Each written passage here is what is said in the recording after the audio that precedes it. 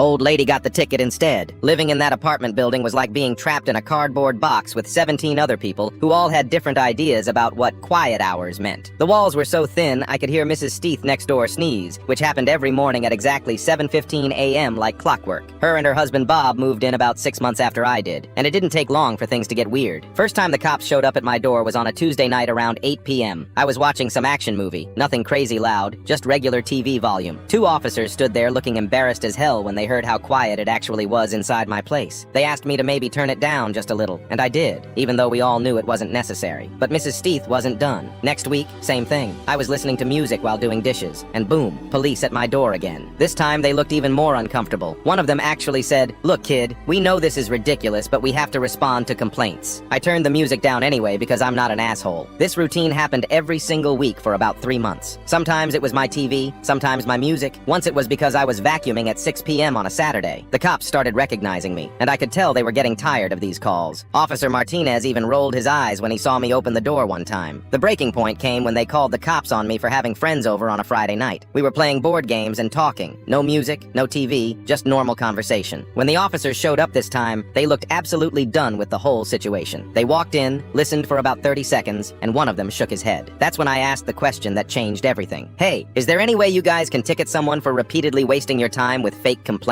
Both officers looked at each other, and I saw something click in their eyes. They didn't answer directly, just said they'd look into it, and left. But something was different about how they said it. 3 weeks went by without a single police visit. I actually started to relax, thinking maybe Mrs. Steeth had finally given up. But then Gary, our building's maintenance guy, knocked on my door with the biggest grin I'd ever seen on his face. "You gotta hear this," he said, practically bouncing on his feet. "That old bat next door? She got slapped with a massive fine for filing false police reports. Like seriously massive. Over $800. Gary told me the whole story. Apparently the police had been keeping track of every single call from our building. When they realized Mrs. Steeth had called them 14 times in 3 months for completely bogus noise complaints, they decided to make an example out of her. The final straw was when she called them on a Thursday afternoon claiming I was blasting heavy metal music. Except I wasn't even home that day. I was at work, and Gary had seen me leave that morning. The cops showed up to investigate her complaint, found my apartment completely empty and silent, and that was it. They wrote her up for harassment, filing false reports, and wasting police resources. The fine was apparently so big that Bob had to dip into their vacation fund to pay it. But the best part? Gary said Mrs. Steeth tried to argue with the officers, claiming I must have somehow snuck back into my apartment and turned off all the music right before they arrived. She actually asked them to search my place for hidden speakers. The cops were so fed up at that point that they threatened to arrest her if she didn't stop wasting their time. After that, Mrs. Steeth avoided eye contact with me in the hallway. No more fake complaints, no more police visits, no more drama. She and Bob moved out about 2 months later, and Gary told me it was because they couldn't afford the rent after paying that fine.